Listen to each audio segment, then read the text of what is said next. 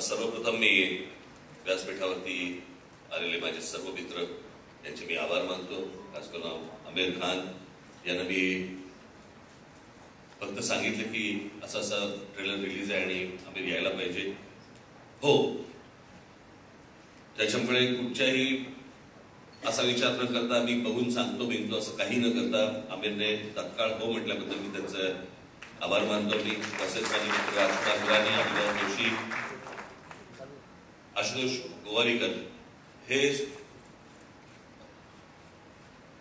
ज्या ज्या वेळेला या स्टोरीमध्ये कधी कधी काही अडथळे आले किंवा काही प्रॉब्लेम्स आले किंवा कुठची गोष्ट आली तर अनेकदा आशुतोष, राजकुमार, इराणी आणि अभिजात यांनी त्या प्रॉब्लेम मधनं मार्ग काढून आम्हाला दिलेले आहेत आणि त्यांचा खूप मोठा सहभाग या चित्रपटामध्ये आहे. त्याबद्दल त्या तिघांचेही मी आभार, आज आल्याबद्दल आभार आणि त्यांनी चित्रपटाला जे काही मदत केली त्याबद्दलही त्यांच्या सर्वांचे आभार. अविनाश गोवारीकर यांनी या चित्रपटाचं फोटोशूट प्रेशरमध्ये का असेना पण केले, पण प्रेशरमध्ये तो चांगलं काम करतो हेही आपल्या लक्षात आलं. तर अविनाश चे देखील आभार. माझे मित्र साजिद खान यांचे देखील मी आभार मानतो की आज ते इथे आलेले आहेत. अनेक माझे मित्रमंडळी इथे आले. साजिद नारियलवाला, मी खरं सांगायचं म्हणजे 2000 साली, मी मुद्दामून आपल्याला ही गोष्ट आज आवर्जून मी सांगणार आहे. 2000 साली ज्या वेळेला मी एका वेगळ्या पक्षात होतो आणि त्यावेळेला मी त्या पक्षामध्ये ज्या काही गोष्टी सगळं सुरू होतं राजकारण, त्या सगळ्या गोष्टीला वैतागून कंटाळून मी एक रिव्हर्सचा गिअर टाकला होता आणि मला असं वाटत होतं की नको ते राजकारण, मला जायचंच नाही, तर राजकारणामध्ये पुढे काही करायचंच नाही, मला इच्छाच नाही मला.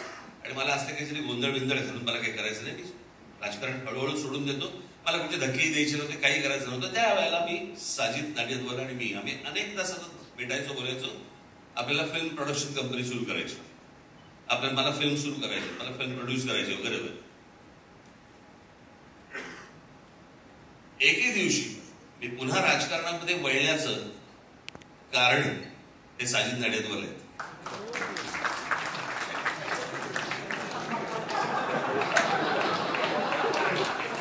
हे एक त्यांचं अंग आहे.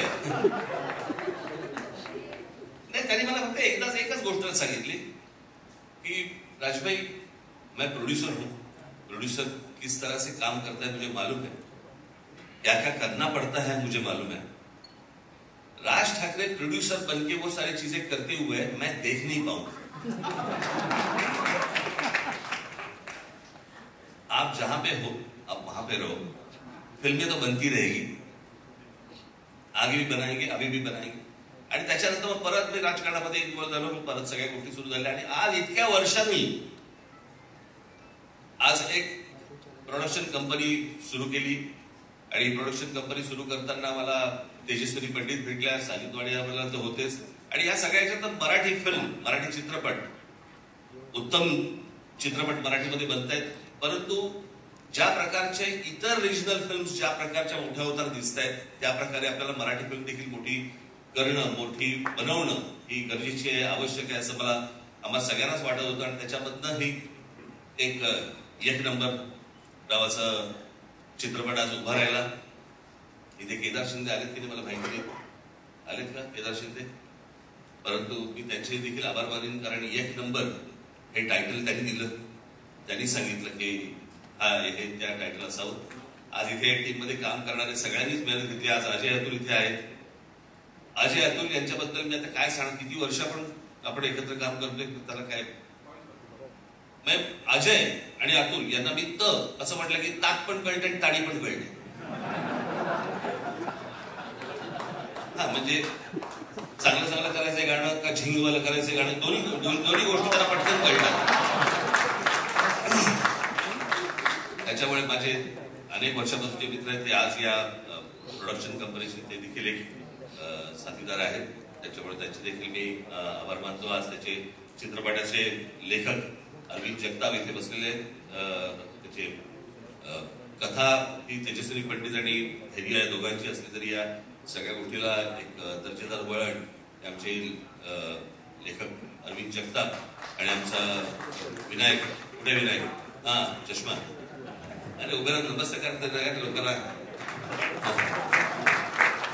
या दोघांनी प्रचंड मेहनत घेतली अजूनही घेतात. आमचे जोशी इथे बसलेले आहेत त्यांनी देखील प्रचंड मेहनत घेतली. आज अनेक लोक आहेत. राजेश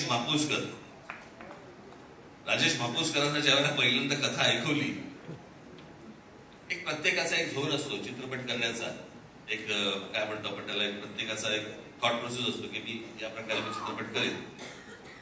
तर मी ज्यावेळेला त्यांना ही सगळी ऐकवल्यावरती म्हटलं राजेश झेपेल ना ते बोलले नक्की झेपेल. आणि मगाशी तरी ते सांगितलं त्याप्रमाणे खरंच येते. मी महाराष्ट्र माझा एका लाईन वरती ते सगळेजण सगळ्या टीम आतमध्ये शिरल्या आणि एक अप्रतिम कलाकृती त्यांनी इथे केलेली आहे. माझे इथे मित्र संजय मोने इथे बसलेले आहेत. त्यांचं या चित्रपटामध्ये मोठं काम आहे. त्याच्यात आमचे राया भावे आले तिने मला माहिती नाही. राया भावे असतील आमचे पुष्कर श्रोत्री असतील अनेक जण आहेत. माफ करा कोणाचं नाव राहून गेलं असेल तर आमचे अजित पुरे इथे आहेत बसलेले.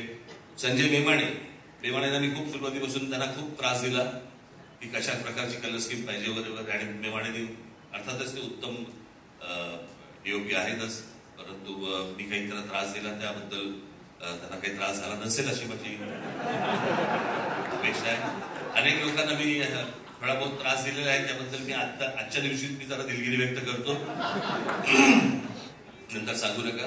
परंतु हा चित्रपट एक उत्तम चित्रपट झालेला आहे. तेजस्विनी धैर्य हे सर्व राजेश मापुसकर अजय अतुल हे सर्व दुसरे आमचे कुणाल करण ते देखील त्यांनी देखील एक या चित्रपटात एक गाणं केलेलं आहे.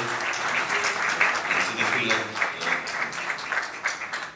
आभार मानतो. आणि या चित्रपटाची सगळी टीम या सर्व टीमला मी मनपूर्वक शुभेच्छा देतो.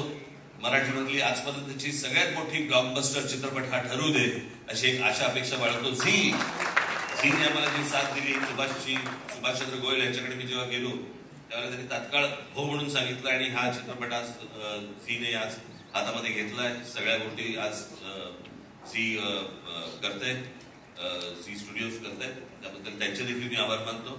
अजून कोणाचे राहून गेले असतील तर मला कळवा मी त्यांची आभार मानायला तयार आहे. अरे वर्धा भाभी आज इकडे आहे. मगाशी आमिरने साजिद भाईंना विचारलं की वर्धा तो बोले हाँ प्रोड्यूसर है. तो बोले क्यों? बोले पुतले जलेंगे तो उसके जलेंगे मेरे नहीं जलेंगे.